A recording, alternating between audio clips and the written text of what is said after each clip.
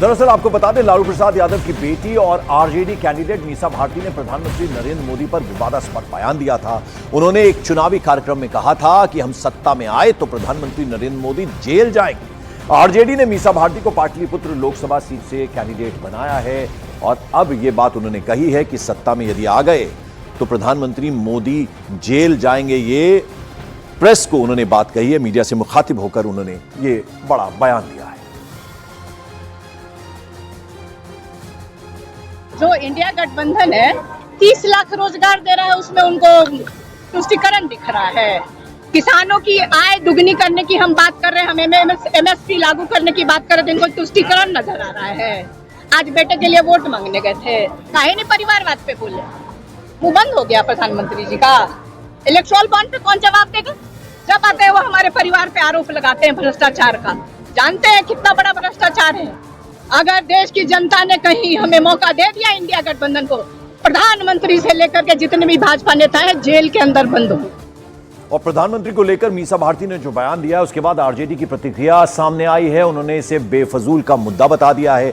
तो वहीं चिराग पासवान ने बदले की भावना से दिया गया बयान इसे बताया है। एक ही बात कीजिए ना, कौन क्या बोला उससे क्या लेना देना। हमारा काम है, काम क्या हो रहा है देश में, काम होना चाहिए। हम चाहते हैं कि कोई आ रहा है प्रधानमंत्री तो बताएं बिहार के लिए वो क्या करेंगे 5 साल के, इस पे बात होनी चाहिए। ये विंडिक्टिव पॉलिटिक्स है, ये बदले की बात है। अगर आपके पास कोई आरोप है, आप आरोप लगाइए ना। 2004 का समय ऐसा था यूपीए की सरकार का, जब एक के बाद एक घोटाले हम लोगों ने देखे थे और जितनी भी कार्रवाई हुई है उन घोटालों के आधार पर ही हुई है। पर आप बिना किसी आरोप के, ये एक सरकार ऐसी है जिसमें कोई घोटाला नहीं, कोई दंगा नहीं, उसके बाद अगर आप ये कहते हैं तो कहीं ना कहीं बदले की भावना इसमें दिखाई देती है, विंडेटा इसमें दिखाई देता है, विंडिक्टिव पॉलिटिक्स इसमें दिखाई देती है। ये गलत है। और मीसा भारती ने ये जो विवादास्पद बयान दिया, उसके बाद बीजेपी और उसके तमाम जो सहयोगी दल हैं वो पूरी तरह से हमलावर हो गए।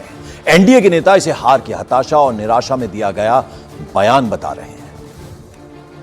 देखिए, कौन जेल में जाएगा कौन जेल में नहीं जाएगा, ये बात की बातें हैं। अभी चुनाव का माहौल है और जिस तरीके से विपक्ष परेशान हो रखा है, अपनी हार जिस तरीके से देख रही है, उस तरीके से ये तरह बयान दिया जा रहा है। जिस फार्म हाउस में रहते हैं कैसे आया, यही तो पूछ रहा है।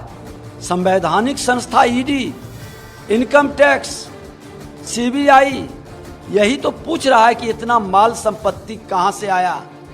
जवाब देने के बजाय जो ईमानदारी के साथ 140 करोड़ जनता जो मां भारती का संतान है उसको अपना परिवार मानता है और जिसके ईमानदारी पर कोई दाग नहीं लगा है, आप उसको जेल भेज दीजिएगा। ये सपना भूल जाइए। ये जंगल राज को गुंडा राज में तब्दील करना चाहते थे, गुंडा राज में तब्दील देश के प्रधानमंत्री नरेंद्र मोदी जी नहीं होने दिया है। इस बीच बीजेपी नेता संजय मयूख ने भी मीसा भारती के बयान पर निशाना साधा। उन्होंने कहा कि चुनाव में बिहार की जनता पूरी तरह से उन्हें नकार देगी।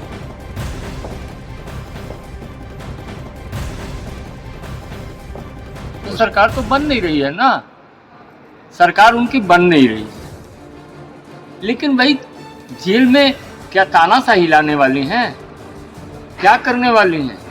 बिहार की जनता उन्हें पूर्णतः नकार देगी, पूर्ण रूप से नकार देगी।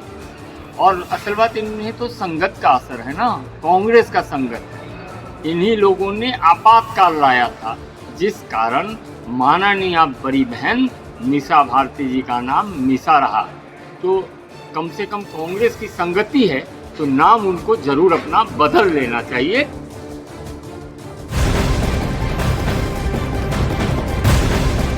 मॉर्निंग प्राइम में बड़ी खबर महाराष्ट्र से आ रही है। महाराष्ट्र में महाविकास आघाड़ी के बाद अब कांग्रेस पार्टी में ही घमासान शुरू हो गया है।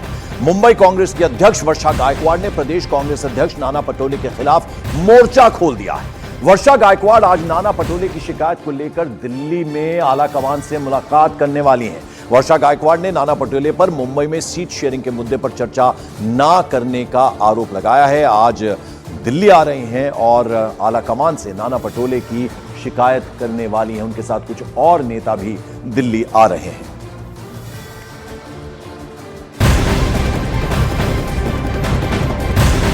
और इस बीच लोकसभा चुनाव की वोटिंग से पहले महाराष्ट्र में कांग्रेस के लिए नई मुश्किल खड़ी हो गई। इस बार महाराष्ट्र कांग्रेस और मुंबई कांग्रेस के बीच ठन गई। मुंबई कांग्रेस अध्यक्ष वर्षा गायकवाड़ ने नाना पटोले पर मुंबई में लोकसभा सीटों के बंटवारे पर मुंबई कांग्रेस इकाई से चर्चा न करने का आरोप लगाया है। कांग्रेस को मुंबई में 3 सीटें मिलने की उम्मीद थी। खुद वर्षा गायकवाड़ दक्षिण मध्य मुंबई से चुनाव लड़ना चाहती थी और अब वो सीट बंटवारा जो हुआ उसको लेकर खासी नाराज हैं। नाना पटोले के खिलाफ शिकायत करने के लिए आज वो दिल्ली पहुंच रही हैं। जो आला कमान के नेता हैं उनसे वो भेंट भी करने वाली है।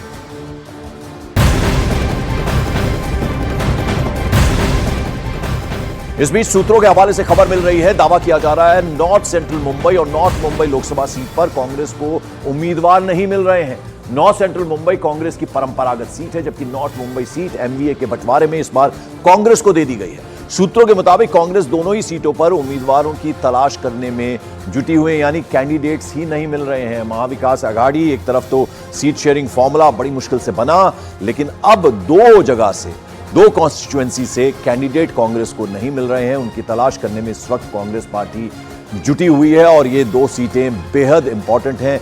एक सेंट्रल मुंबई, उसके अलावा नॉर्थ मुंबई की सीट जो है एमवीए बंटवारे में इस बार कांग्रेस के खाते में आई है, तो यहां इन दोनों ही सीटों पर कांग्रेस को कैंडिडेट्स नहीं मिल रहे हैं।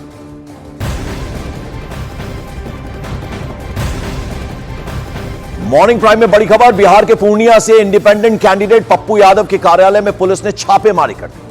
बड़ी संख्या में पुलिस बल लेकर एसडीपीओ पहुंचे थे। घटना की जानकारी जब पप्पू यादव को मिली, फौरन वो अपने चुनाव कार्यालय पहुंचे। इस दौरान उनकी पुलिस अधिकारी के साथ वहां बहस भी हो गई। उन्होंने पुलिस की इस कार्रवाई को अपने खिलाफ साजिश बताया, साथ ही साथ परेशान करने का भी उन्होंने आरोप लगा दिया। वहीं पुलिस ने अपनी कार्रवाई के दौरान पप्पू यादव की प्रचार गाड़ी को भी जब्त कर लिया। पुलिस का दावा कि बिना परमिशन के गाड़ी को प्रचार में लगाया गया था। इस दौरान पप्पू यादव की जो तमाम सपोर्टर्स वहां पर मौजूद थे, उन्होंने पुलिस के खिलाफ वहां जमकर नारेबाजी भी की। प्रचार गाड़ी को जब्त कर लिया पुलिस ने और उसकी परमिशन नहीं ली गई थी, ये कहा गया।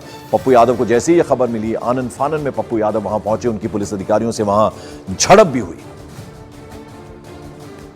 और पप्पू यादव ने पुलिस की इस कार्रवाई को राजनीतिक साजिश बता दिया, जबकि पुलिस का दावा है कि पप्पू यादव बिना किसी परमिशन के प्रचार के लिए गाड़ियों का इस्तेमाल कर रहे थे।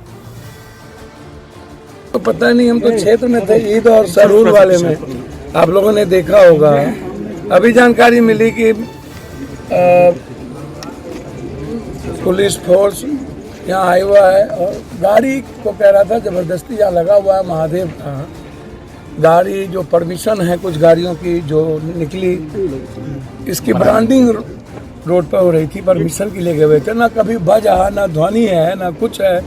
उसके बाद यही तो कारनामे, और ख़ास तौर पर मैं पहले भी कहा हूँ और मैं चुनाव आयोग से भी आग्रह करूँगा कि इस तरह के रवैये से जो जिसका मुझे पहले भी शंका थी कि जो मानसिकता बनी है, जैसे